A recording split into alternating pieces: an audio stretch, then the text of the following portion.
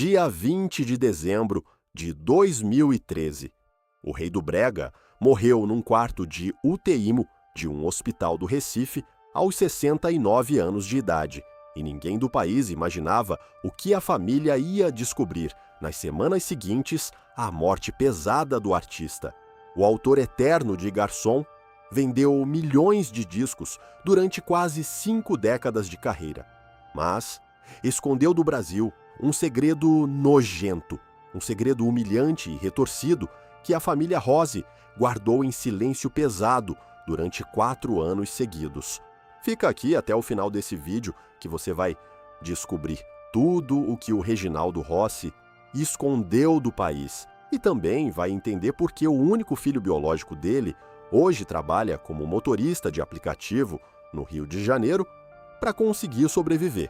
Foi Roberto Rossi quem quebrou-se o silêncio pela primeira vez no dia 12 de março de 2017. 4 anos depois da morte do pai famoso, Roberto falou pela primeira vez para o apresentador Geraldo Luiz em reportagem gravada na antiga casa da família na Avenida Boa Viagem do bairro Nobre do Recife. Uma revelação chocante que arrepiou o público brasileiro naquele domingo à tarde. Mas o pior ainda não foi contado para você, porque nesse vídeo você vai descobrir a história completa das 10 tragédias devastadoras que perseguiram o rei do Brega nos últimos anos de vida artística. Uma sequência dolorosa de eventos macabros que aconteceram na vida pessoal do artista pernambucano. E antes de entrar nos detalhes chocantes de cada uma dessas tragédias, guarde na cabeça 5 objetos importantes que aparecem repetidas vezes na história dolorida do artista. 5 itens físicos que juntos contam a queda trágica do maior nome do brega brasileiro. O primeiro item é um microfone comum de palco dos anos 80, aquele mesmo que o Reginaldo segurou nos milhares de shows das noites brasileiras durante quase 5 décadas de carreira. Um objeto simples que carregava o peso emocional de várias gerações de brasileiros traídos por amores dolorosos. Mas foi também o mesmo microfone que o rei do Brega largou pela última vez, no palco do Manhattan Café Teatro, no bairro Nobre do Recife, em novembro de 2013, apenas 4 semanas antes da morte pesada do artista.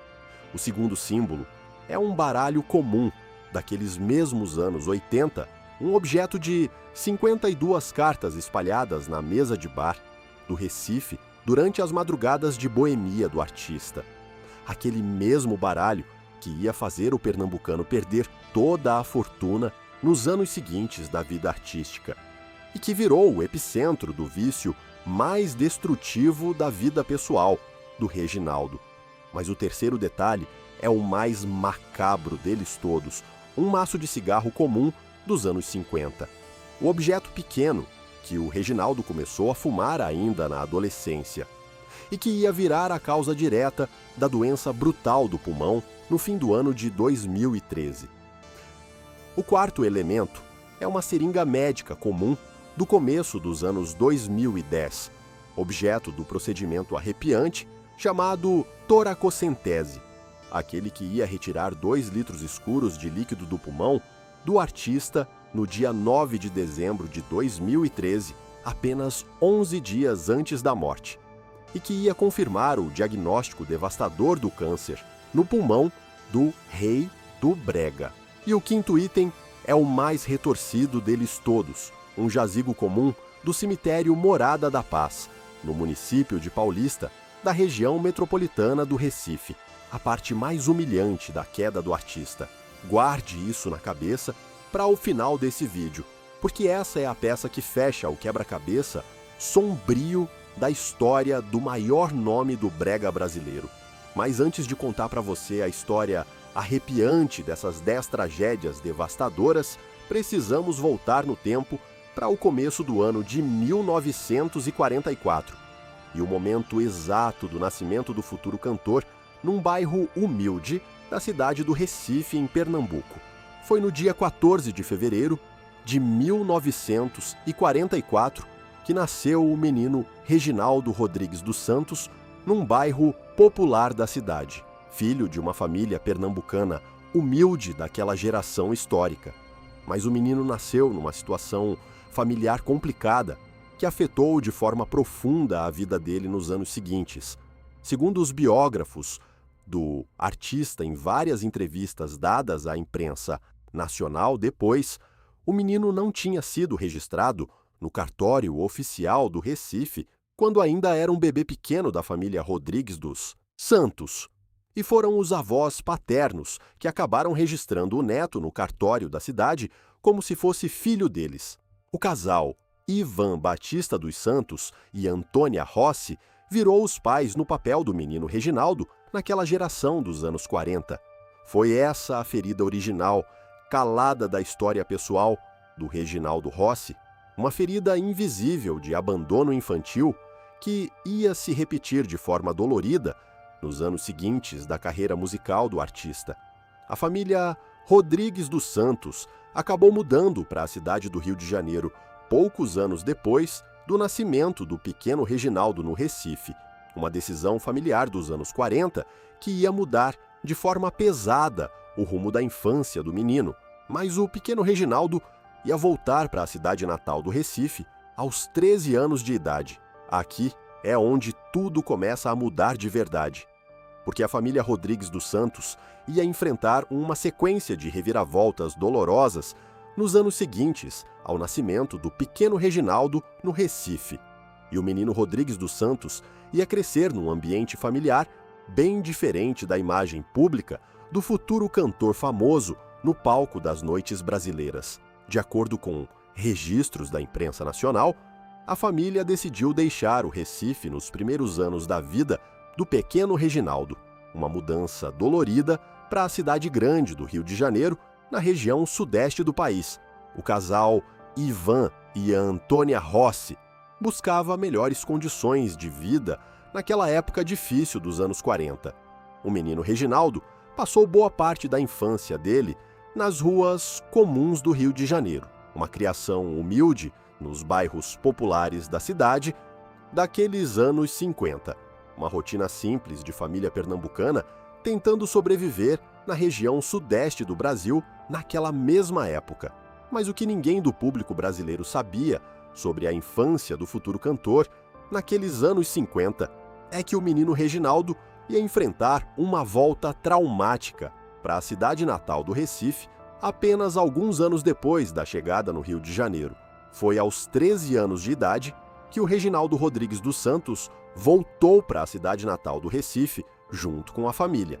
Uma volta dolorida para a mesma capital de Pernambuco, onde o cantor tinha nascido em fevereiro de 1944, uma cidade grande do Nordeste brasileiro que o menino mal conhecia, depois de tantos anos de infância no Rio de Janeiro.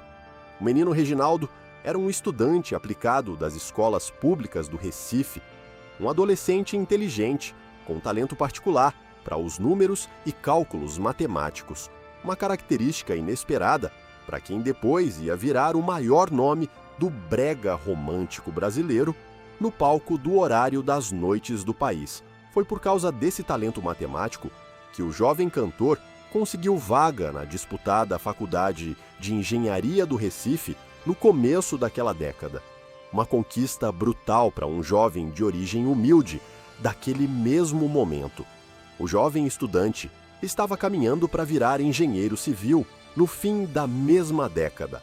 Mas o que ninguém do país imaginava naquele começo dos anos 60 é que o jovem cantor ia abandonar a faculdade de engenharia antes de terminar o curso de engenharia. Uma decisão inesperada da vida acadêmica do rapaz pernambucano e que ia mudar de forma brutal o rumo profissional do futuro cantor nos anos seguintes. Antes de largar a engenharia de vez, o pernambucano começou a dar aulas particulares de matemática e física nas escolas do Recife para pagar os estudos da faculdade, uma atividade paralela para sustentar a vida do jovem estudante naqueles primeiros anos da mesma década, e que ia virar o primeiro trabalho oficial do futuro cantor famoso, longe do palco das noites musicais do país, Foi na mesma época que o Reginaldo descobriu o gosto pela música artística no meio da vida acadêmica. Depois do trabalho como professor de matemática durante o dia, o rapaz pernambucano começou a frequentar clubes e bares da região central do Recife nos finais de semana. Uma vida dupla daquela mesma época que ia mudar o rumo profissional do jovem cantor nos anos seguintes. Mas aqui é onde a história do futuro cantor ganha uma reviravolta chocante, porque a primeira paixão artística do compositor não foi a música romântica que ia consagrar o cantor 2 décadas depois. Foi um estilo musical bem diferente da imagem popular do futuro cantor no palco das noites brasileiras. A primeira paixão musical do jovem Reginaldo foi o rock and roll dos Beatles. O jovem se apaixonou pela banda inglesa mais famosa da época nos primeiros anos da mesma década e queria virar um artista de rock à moda estrangeira daquele mesmo momento. Foi por causa dessa paixão brutal pelo rock estrangeiro dos Beatles que o próprio artista fundou a primeira banda musical da carreira artística dele em meados da mesma década, uma banda de rock and roll chamada The Silver Jets, que fazia shows nos bares e clubes do Recife e que ia virar a primeira banda de rock and roll do Nordeste brasileiro daquele mesmo momento. Aqui é onde tudo muda de verdade, porque o cantor tinha orgulho brutal de ser o primeiro cantor de rock and roll do Nordeste brasileiro daquele começo da mesma década. Uma conquista rara para um jovem pernambucano daquela época difícil e que ia abrir as portas do compositor para a cidade grande do Rio de Janeiro poucos anos depois. Uma virada dolorida da vida artística do futuro rei do brega, no meio do fenômeno musical mais quente do Brasil, naquele mesmo período. Foi no ano de 1963 que o cantor pernambucano chegou pela primeira vez na cidade grande do Rio de Janeiro, naquele mesmo período. Uma chegada calada do rapaz pernambucano no meio do fenômeno musical mais quente do Brasil, daquele começo dos anos 60.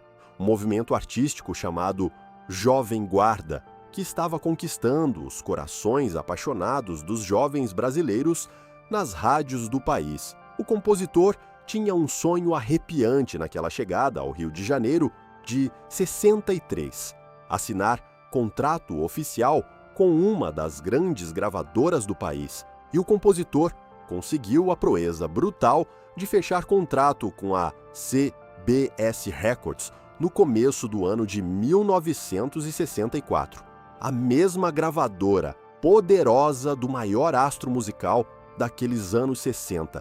Poucos brasileiros sabem hoje o nome desse astro poderoso que dividia a mesma gravadora com o Reginaldo, naquele começo da mesma década. Uma figura histórica que ia virar o maior nome da música popular brasileira nas décadas seguintes. A CBS Records, da cidade do Rio de Janeiro, do começo daquele período, era o mesmo selo poderoso do próprio Roberto Carlos, o maior nome da Jovem Guarda daquele mesmo momento, e que ia virar o maior astro da música popular brasileira nas décadas seguintes. O compositor tinha o coração apaixonado pelo rock and roll estrangeiro daquela mesma época, e o jovem Roberto Carlos era a maior referência do gênero musical no Brasil daquele mesmo momento.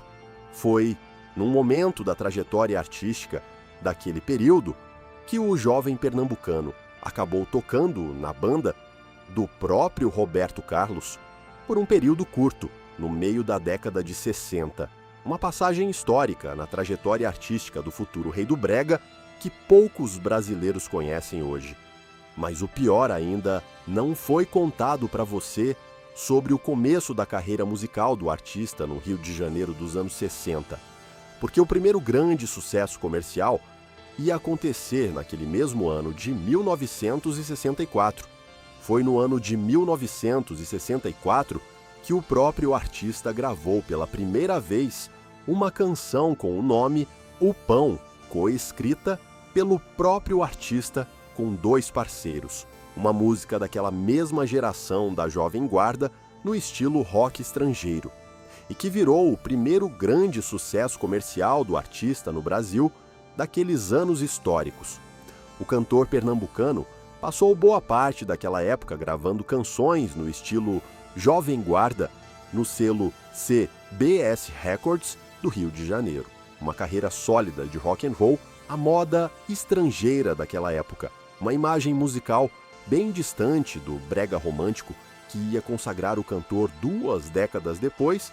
Aqui é onde tudo muda de verdade. Porque o rock and roll estrangeiro dos anos 60 ia perder força no Brasil no começo da década seguinte. E o compositor ia enfrentar uma reviravolta artística brutal na carreira musical dele naquela virada dos anos 70. Foi no ano de 1970 que o Reginaldo gravou uma canção romântica no estilo francês com o nome Mon Amour, Meu Bem, Ma Femme, uma música muito diferente do rock and roll estrangeiro daquela mesma época, e que virou o começo da nova fase artística do rapaz pernambucano no meio da música popular brasileira daqueles anos 70. O Reginaldo Rodrigues dos Santos passou boa parte da década de 70 buscando a própria identidade musical no meio artístico brasileiro daquela época. Uma década difícil de gravações românticas variadas do rapaz pernambucano em transição do rock and roll estrangeiro para o brega romântico dos anos 80. O cantor pernambucano acabou virando um artista respeitado da música popular brasileira no começo dos anos 80 daquela geração histórica, depois de várias gravações do estilo romântico durante a década de 70. Mas o grande estouro nacional do cantor ia acontecer somente no ano de 1987, quando o cantor pernambucano gravou o próprio hit maior da carreira artística dele. Foi no ano de 1987 que o Reginaldo gravou o mega sucesso maior da carreira artística dele naquele mesmo período. Uma canção brega no estilo romântico com o nome Garçom, que virou um hino nacional dos brasileiros traídos por amores dolorosos naquela geração dos anos 80 e que consagrou o cantor pernambucano como o rei do brega no Brasil nos anos seguintes. Mas o que ninguém do público brasileiro imaginava naquele final dos anos 80 é que o cantor pernambucano ia começar a esconder um segredo nojento durante o auge da carreira artística dele naquela geração histórica. Um segredo escondido e destrutivo que ia perseguir o cantor pernambucano nas próximas décadas da vida musical e que ia virar a causa direta da queda financeira devastadora do maior nome do brega brasileiro. Palavras arrepiantes do próprio Roberto Rossi durante a entrevista chocante ao apresentador Geraldo Luiz no Domingo Show da Record, em março de 2017, sobre o vício brutal do pai famoso. Meu pai era viciado em jogatina, não podia sentar em volta com um baralho e uma bebida que colocava tudo a perder. Foi essa a primeira revelação humilhante da história pessoal do artista, escondida do país durante quase 3 décadas seguidas. Foi essa a confissão chocante do filho biológico do cantor para o público brasileiro, naquela entrevista chocante de 2017. O cantor passou boa parte das últimas 3 décadas da vida artística dele jogando dinheiro nas mesas de baralho da vida boêmia. Um vício escondido e brutal do cantor pernambucano que a família Rossi guardou em vergonha durante muitos anos seguidos depois do velório do artista. Mas a jogatina do baralho dos bares do Recife não foi o único vício brutal do cantor naquela geração histórica, porque nas próximas cenas desse vídeo você vai descobrir os outros 2 vícios pesados que o pernambucano escondeu do público brasileiro durante as últimas 3 décadas da carreira artística dele. Mas o pior ainda não foi contado para você sobre os vícios sombrios do maior nome do brega brasileiro, porque a jogatina do baralho, da vida boêmia, não foi o único vício que perseguiu o Reginaldo durante as últimas 3 décadas da carreira artística.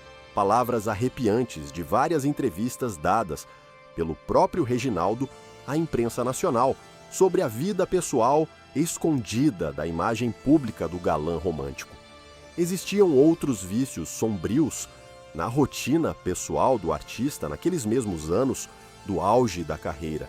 Vícios silenciosos que iam se somar à jogatina do baralho para destruir a fortuna toda do maior nome do brega brasileiro nas décadas seguintes. O Reginaldo confessou em várias entrevistas dadas à imprensa nacional que era um boêmio inveterado, um homem apaixonado pela vida noturna do Nordeste. Mas, por trás da imagem pública de galã romântico do palco, existia uma verdade sombria da vida pessoal do artista. Aqui é onde tudo muda de verdade. Porque o segundo vício brutal do rei, do brega, naquele mesmo período dos anos 80, era ainda mais destrutivo para a saúde física do artista. Um vício silencioso que o Reginaldo carregava desde a adolescência da vida familiar. Nas palavras do filho biológico Roberto Rossi, durante a entrevista chocante ao apresentador Geraldo Luiz no Domingo Show da Record, em março de 2017, o pai famoso fumava sem parar desde a adolescência da vida familiar. Um vício silencioso do cigarro que o Reginaldo carregou durante quase 50 anos seguidos da vida pessoal. O Reginaldo fumava sem parar durante o auge da carreira artística nos palcos do horário nobre da televisão brasileira. Uma dependência chocante do artista que a família Rossi tentava esconder do público apaixonado durante os shows do horário das noites do país, e que ia virar a causa direta da doença brutal do pulmão que ia matar o compositor no fim do ano de 2013. Mas o terceiro vício sombrio do Reginaldo era ainda mais sombrio para a vida familiar do Reginaldo. Um vício líquido e destrutivo que o compositor consumia durante as madrugadas de baralho da vida boêmia e que virava o combustível direto da jogatina destrutiva da vida pessoal do artista. Segundo várias reportagens da imprensa nacional publicadas nos anos posteriores à morte do compositor, o Reginaldo tinha uma paixão silenciosa pelo uísque escocês daquela mesma época, uma bebida forte que o próprio cantor consumia durante as noites longas nas mesas de bar do Recife, sempre acompanhada do baralho da jogatina destrutiva que ia destruir a fortuna toda do maior nome do brega brasileiro nas décadas seguintes. E aqui é onde a vida amorosa do artista entra na história dolorida do rei do brega. Porque foi no meio dessa vida boêmia do Recife dos anos 70 que o Reginaldo conheceu pela primeira vez a mulher da vida dele. Foi durante a década de 70 que o Reginaldo conheceu a jovem Celeide Neves, uma mulher pernambucana daquele mesmo período do Nordeste brasileiro. Uma moça que virou a paixão maior da vida pessoal do artista pelos anos seguintes. O Reginaldo casou oficialmente com a Celeide Neves durante os anos 70. Um casamento oficial do futuro rei do brega, com a companheira pelos anos seguintes da vida familiar. Mas o que ninguém do público brasileiro imaginava sobre o casamento do Reginaldo com a Celeide Neves é que o casal ia enfrentar uma sequência de reviravoltas dolorosas na vida familiar durante os anos seguintes. O casal Rossi teve o primeiro filho biológico durante os primeiros anos do casamento no Recife. Há um menino chamado Roberto Rossi, que virou o herdeiro oficial do maior nome do brega brasileiro daquela mesma época. Um filho único que ia carregar o peso do nome famoso do pai durante as próximas décadas da vida familiar. Mas o Reginaldo e a Celeide tomaram uma decisão familiar arrepiante naqueles mesmos anos. O casal Rossi acabou adotando um segundo filho para a família daquela mesma época do Recife, um menino chamado José Joelson, que trabalhava como engraxate de rua na região central da capital pernambucana antes da adoção familiar, e que virou o segundo filho oficial do futuro rei do Brega para os anos seguintes. E aqui é onde a história familiar do cantor ganha uma reviravolta chocante, porque a vida familiar do compositor com a Celeide Neves não era o retrato romântico da imagem pública do palco do horário nobre da televisão brasileira. A realidade doméstica do rei do Brega era muito mais dolorida. O Reginaldo era conhecido publicamente por frases polêmicas dadas à imprensa nacional durante o auge da carreira artística, uma imagem chocante do artista que gerou várias polêmicas machistas durante as entrevistas do horário das tardes da televisão brasileira. Longe da imagem romântica do palco das noites do país, palavras chocantes ditas pelo próprio Reginaldo Rossi durante uma entrevista polêmica à imprensa nacional, daquele mesmo período histórico do artista. A melhor coisa do mundo é transar com mulher feia. Elas acham que ninguém as quer, que vai ser a última da vida delas, e dão tudo. Foi essa a verdade sombria, escondida da imagem pública do galã romântico do palco das noites brasileiras. Um lado retorcido da vida pessoal do cantor pernambucano, que a imprensa nacional preferia esconder do público apaixonado do Brasil. Mas o pior ainda não foi contado para você. Guarde isso na sua cabeça, porque as próximas duas revelações que você vai descobrir agora são as mais chocantes da história pessoal do maior nome do brega brasileiro. Duas verdades pesadas que a família Rossi guardou em vergonha durante muitos anos seguidos depois do velório do compositor no Recife. Palavras arrepiantes do próprio Roberto Rossi durante a entrevista chocante ao apresentador Geraldo Luiz no Domingo Show da Record, em março de 2017, sobre a queda financeira dolorida do pai famoso. Para apostar dinheiro no baralho das mesas da vida boêmia, o Reginaldo Rossi vendeu vários imóveis próprios comprados ao longo da carreira artística durante quase 5 décadas de trabalho no meio musical brasileiro. E logo em seguida veio a segunda revelação chocante do filho biológico durante a mesma entrevista arrepiante sobre outra queda dolorida da vida do pai famoso. Meu pai era muito centralizador.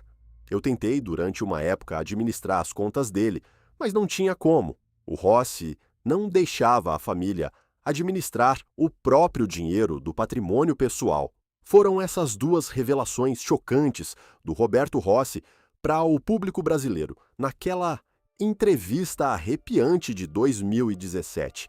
O Reginaldo passou boa parte das 3 últimas décadas da vida vendendo imóveis do patrimônio familiar para sustentar a jogatina do baralho. E era um homem centralizador na vida financeira pessoal. Um artista que não permitia à família Rossi administrar o próprio dinheiro do patrimônio artístico, uma combinação retorcida que acabou destruindo a fortuna toda do maior nome do brega brasileiro.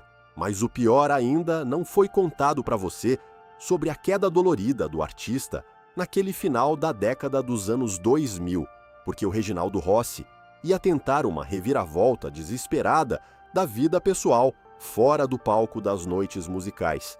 Uma tentativa arrepiante da vida do artista naqueles anos anteriores à morte pesada de 2013. Foi no ano de 2008 que o próprio Reginaldo Rossi se filiou oficialmente ao PDT do Brasil para tentar uma reviravolta desesperada da vida pessoal. Uma decisão arrepiante do artista pernambucano naquele mesmo período dos anos 2000 e que virou a tentativa política mais dolorida do maior nome do brega brasileiro nos anos seguintes. O compositor pernambucano lançou a candidatura oficial para vereador do município de Jaboatão dos Guararapes daquele mesmo ano de 2008, uma cidade grande da região metropolitana do Recife, na costa nordestina do país. Uma tentativa desesperada do artista para recuperar a renda perdida nas mesas de baralho da vida boêmia daquele mesmo período. Mas o que ninguém do público brasileiro sabe hoje sobre a candidatura desesperada do artista em 2008 é o resultado devastador daquele pleito eleitoral do município de Jaboatão dos Guararapes. Nas palavras dos registros oficiais do Tribunal Regional Eleitoral de Pernambuco, daquele mesmo pleito de 2008, o Reginaldo Rossi não conseguiu se eleger vereador do município de Jaboatão dos Guararapes. Uma derrota chocante do artista pernambucano para o público brasileiro daquele mesmo momento eleitoral, e que virou o fracasso público mais chocante da vida pessoal do maior nome do brega brasileiro para os anos seguintes da carreira artística. E aqui é onde tudo começa a desmoronar de verdade na vida pessoal do compositor pernambucano. Porque a queda dolorida do artista naquele pleito eleitoral de 2008 virou o começo do fim trágico da vida do Reginaldo Rossi nas décadas seguintes. O Reginaldo retomou a rotina de shows musicais pelo Brasil nos anos seguintes à derrota eleitoral, uma rotina cansada do artista já debilitado pelos vícios das últimas 3 décadas. Mas o que ninguém do público brasileiro sabia sobre os últimos shows musicais do compositor pernambucano naquele mesmo período, dos anos 2013, é um detalhe arrepiante, que virou o primeiro sinal chocante da doença brutal do artista. Um sinal físico que o empresário do Rei do Brega comentou para a imprensa nacional depois da morte devastadora do cantor no fim daquele mesmo ano fatídico. Palavras arrepiantes do Sandro Nóbrega, o empresário oficial do Reginaldo Rossi, durante 24 anos seguidos da carreira artística, sobre um detalhe físico chocante dos últimos 4 shows do artista no fim de 2013. Nos últimos 4 shows, ele estava sentando, coisa que ele nunca fez. Comentei e ele disse que estava cansado. Reginaldo era meio manhoso. Podia ser que ele estava sentindo algo e não dizia. Mas o pior ainda não foi contado para você sobre os últimos dias da vida do Rei do Brega naquele final de 2013, porque os primeiros sinais da doença cruel do pulmão já estavam presentes nos últimos shows do artista pelos palcos do Nordeste, e o cantor escondia a verdade dolorida do público apaixonado do país. De acordo com os registros oficiais da agenda artística do cantor daquele mesmo período, os últimos 2 shows do Reginaldo aconteceram nos dias 21 e 22 de novembro de 2013, 2 apresentações finais no palco do Manhattan Café Teatro, na região central do Recife, um teatro conhecido da capital pernambucana daquele final de 2013. Antes desses 2 últimos shows do Manhattan Café Teatro, a última aparição pública oficial do cantor aconteceu no mês de agosto de 2013, uma participação especial do artista na gravação do DVD ao vivo da banda Calypso do Norte brasileiro. Uma imagem chocante do maior nome do brega brasileiro já debilitado no palco da gravação especial da banda paraense. Aqui é onde tudo começa a mudar de verdade na vida do Rei do Brega, porque 5 dias depois do último show do Manhattan Café Teatro no Recife, o artista ia enfrentar a primeira internação hospitalar dos últimos dias da vida artística dele. Uma internação dolorida que virou o começo do fim trágico do artista. De acordo com os registros oficiais do prontuário médico, o Rossi deu entrada no hospital Memorial São José da região da Boa Vista, no Recife, no dia 27 de novembro de 2013. O artista chegou ao hospital reclamando de dores fortes no tórax e nas costas, sintomas graves que os médicos da unidade hospitalar iam investigar durante as próximas horas daquele mesmo dia amargo. Os médicos da unidade hospitalar descobriram durante os exames iniciais do dia 27 de novembro que o cantor tinha um derrame pleural sério, uma condição hospitalar que significa excesso de líquido no espaço entre a pleura visceral e a pleura parietal do pulmão. Um diagnóstico preocupante que exigia investigação médica mais profunda pelas próximas semanas. Mas o que ninguém da família Rossi imaginava naquele dia 27 de novembro é que o derrame pleural silencioso do artista era apenas o primeiro sinal de uma doença cruel, muito mais devastadora. Uma doença brutal que estava escondida no pulmão do Reginaldo há muitos anos seguidos da vida pessoal.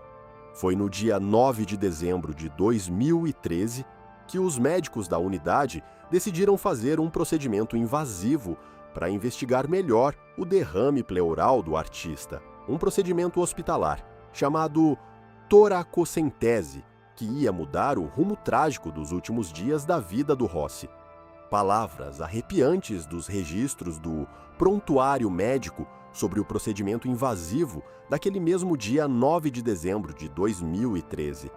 A toracocentese retirou 2 litros escuros de líquido acumulados entre a pleura visceral e a pleura parietal do pulmão do artista, uma quantidade brutal de líquido escuro para um único pulmão de um homem de 69 anos. A equipe médica do hospital enviou o líquido escuro retirado da toracocentese para o laboratório oficial de análise do próprio hospital, um procedimento clínico rotineiro depois do procedimento invasivo daquele mesmo dia 9 de dezembro. Mas o resultado do laboratório ia trazer a verdade macabra dos últimos dias da vida do Rossi. Guarde isso na sua cabeça, porque a próxima revelação médica que você vai descobrir agora é a mais dolorida da história pessoal do Reginaldo Rossi. Uma verdade brutal que ia mudar de forma total o rumo trágico dos últimos dias da vida do artista pernambucano no Hospital Memorial São José do Recife. Palavras dos registros oficiais da biopsia médica sobre o resultado macabro do procedimento invasivo do dia 9 de dezembro de 2013. 2 dias depois da toracocentese, no dia 11 de dezembro daquele mesmo ano fatídico, o laboratório do hospital confirmou o diagnóstico brutal de câncer no pulmão do próprio Rossi, uma doença retorcida que estava escondida no organismo do cantor há muitos anos seguidos da vida pessoal. Foi essa a segunda grande revelação médica dolorida da história dolorida do Rossi, uma verdade sombria e devastadora do resultado da biopsia do Hospital Memorial São José do Recife, um diagnóstico brutal que confirmou o pior temor da família Rossi naqueles últimos dias amargos de 2013. Foi assim que começou a batalha final do artista contra a doença do pulmão nos últimos 23 dias seguidos, internados na UTI do São José. Uma batalha desigual do artista, já debilitado pelos vícios das últimas 3 décadas da vida pessoal.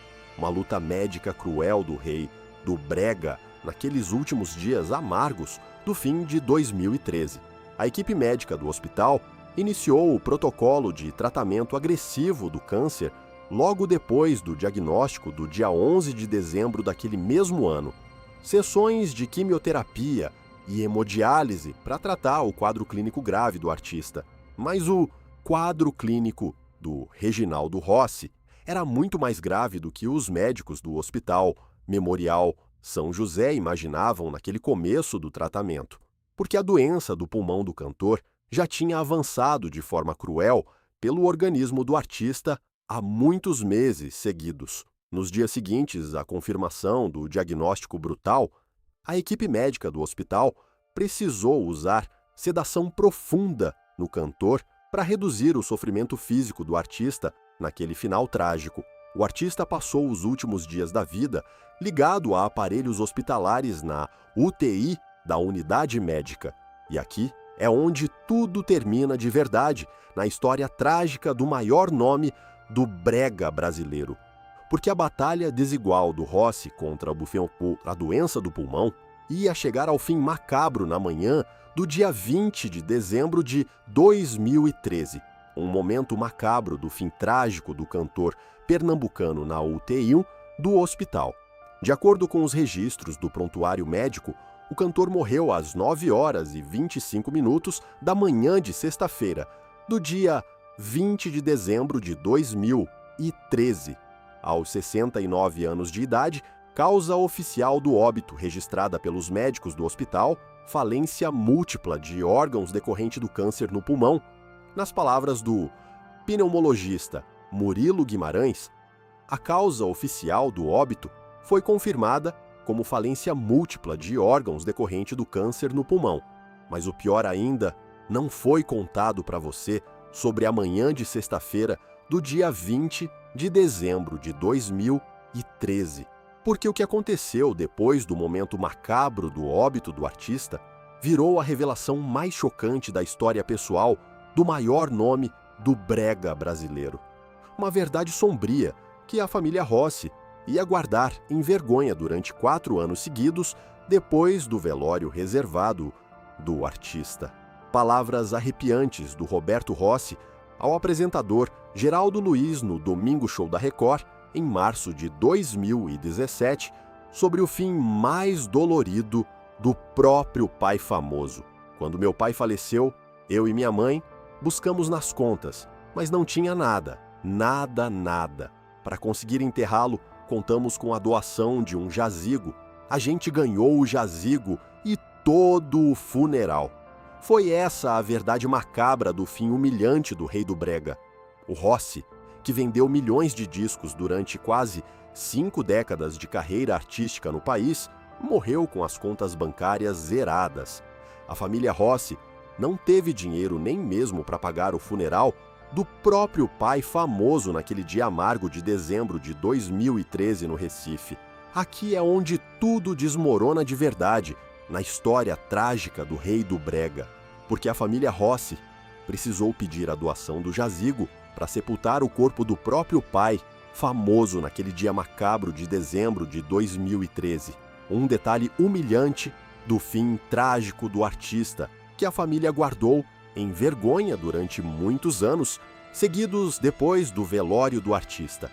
O corpo do artista foi sepultado no cemitério Morada da Paz do município de Paulista, da região metropolitana do Recife, naquele mesmo dia amargo de dezembro, um jazigo doado para o descanso final do artista. Uma cerimônia simples e reservada para a família próxima do artista naquele fim trágico do ano de 2013. Mas o pior ainda, não foi contado para você sobre a história trágica da família Rossi depois do velório reservado do próprio pai famoso. Porque nos 8 meses seguintes à morte pesada do próprio Rossi, a família ia enfrentar mais uma tragédia devastadora, uma perda dolorida da vida familiar do próprio filho biológico do artista, e que virou o segundo grande capítulo trágico da história pessoal do rei do brega, depois do dezembro fatídico de 2013. Foi assim que começou o segundo grande capítulo trágico da história pessoal do cantor pernambucano depois da morte fria de dezembro de 2013, uma tragédia macabra da família Rossi que ninguém do país esperava naquele começo de 2014 e que envolveu diretamente a companheira Celeide Neves nos 8 meses seguintes ao funeral, doado do próprio pai famoso no Recife. Nos meses seguintes ao velório reservado de dezembro de 2013, a esposa Celeide Neves entrou num luto profundo. A companheira do cantor pernambucano passou os primeiros meses de 2014 na antiga casa da família, no bairro nobre da Boa Vista do Recife, e acabou apresentando um comportamento estranho para o círculo próximo da família naqueles meses de tristeza. Mas o pior ainda, não foi contado para você sobre o luto retorcido da viúva Celeide Neves depois do velório reservado, porque um detalhe arrepiante da rotina diária da companheira do próprio pai famoso naqueles meses de 2014 virou a marca mais macabra da tristeza da mulher pernambucana. Palavras chocantes do filho adotivo José Joelson durante uma entrevista dada à imprensa nacional depois da morte da própria mãe adotiva. Ela morreu de tristeza. Mesmo depois do pai morrer, ela chamava por Rossi, pela casa vazia. Uma cena arrepiante da vida familiar da companheira do próprio pai famoso nos 8 meses seguintes ao funeral, reservado do marido no Recife. Foi essa a primeira grande tragédia familiar do primeiro semestre de 2014 na história da família Rossi. Uma perda macabra da companheira Celeide Neves que ninguém do público brasileiro esperava naquele começo do ano seguinte. Mas o pior ia acontecer poucos meses depois daquele mesmo luto retorcido da viúva pernambucana. Foi no dia 15 de agosto de 2014 que a viúva Celeide Neves morreu de infarto na cidade do Recife aos 67 anos de idade, apenas 8 meses depois da morte do marido Reginaldo Rossi no Hospital Memorial São José. Uma tragédia macabra da família Rossi que virou o segundo grande capítulo dolorido da história do próprio rei do brega. Mas o pior ainda não foi contado para você sobre o luto retorcido da família Rossi depois da morte do casal de 2014, porque o único filho biológico do próprio pai, famoso, ia enfrentar uma reviravolta cruel da vida pessoal dele nos anos seguintes ao velório triste da mãe pernambucana. Foi Roberto Rossi quem herdou oficialmente o nome famoso do próprio pai depois do velório triste dos dois pais no Recife. Um herdeiro público do artista que virou o representante oficial da família Rossi para a imprensa nacional nos anos seguintes daquela mesma década de 2010. Mas o filho famoso ia enfrentar uma queda social brutal da vida pessoal nos anos seguintes. Palavras chocantes do próprio Roberto Rossi durante a entrevista arrepiante ao apresentador Geraldo Luiz no Domingo Show da Record, em março de 2017, sobre a vida pessoal atual do herdeiro famoso do artista. O filho biológico do próprio Reginaldo Rossi trabalha hoje como motorista de aplicativo na cidade grande do Rio de Janeiro para conseguir sobreviver ao fim de cada mês. Foi essa a queda social macabra do único filho biológico do cantor, um herdeiro público que passou a dirigir aplicativo pelas ruas da cidade grande do Rio de Janeiro para pagar as contas mensais, longe do palco milionário do artista no meio musical do Brasil, daquela mesma década de 2010. Aqui é onde tudo desmorona de verdade na história da família Rossi, porque o único filho biológico do próprio Reginaldo herdou apenas as dívidas do pai, famoso depois do funeral de dezembro de 2013, e precisou vender o próprio patrimônio familiar para tentar sobreviver na cidade grande do Rio de Janeiro. O único herdeiro oficial ficou responsável pela antiga casa da família no bairro Nobre da Boa Viagem do Recife, depois da morte da mãe Celeide em agosto de 2014. Uma casa localizada na Avenida Boa Viagem, à beira do Mar do Nordeste brasileiro. Um imóvel valioso, avaliado hoje em aproximadamente R$5 milhões pelos corretores da capital pernambucana. Mas o que ninguém do país imaginava sobre a antiga casa da família no bairro Nobre da Boa Viagem é um detalhe humilhante da vida pessoal do próprio pai famoso. Um sonho pessoal do artista que virou o símbolo cruel do fim macabro do cantor nos anos seguintes ao velório de dezembro de 2013. O próprio Reginaldo tinha um sonho artístico durante os últimos anos da vida musical na cidade do Recife: transformar a antiga casa da família na Avenida Boa Viagem, numa pousada com restaurante para receber turistas do Nordeste brasileiro. As obras da futura pousada estavam adiantadas nos anos anteriores ao fim macabro de 2013. Vários quartos já tinham cama privada e até suporte de televisão para receber os primeiros hóspedes futuros. Mas o sonho artístico do próprio pai, famoso, nunca virou realidade na cidade do Recife, porque a morte de dezembro de 2013 interrompeu as obras da futura pousada da Boa Viagem. E o filho, biológico, Roberto Rossi, acabou herdando apenas as dívidas retorcidas do pai, depois do velório triste do casal Rossi.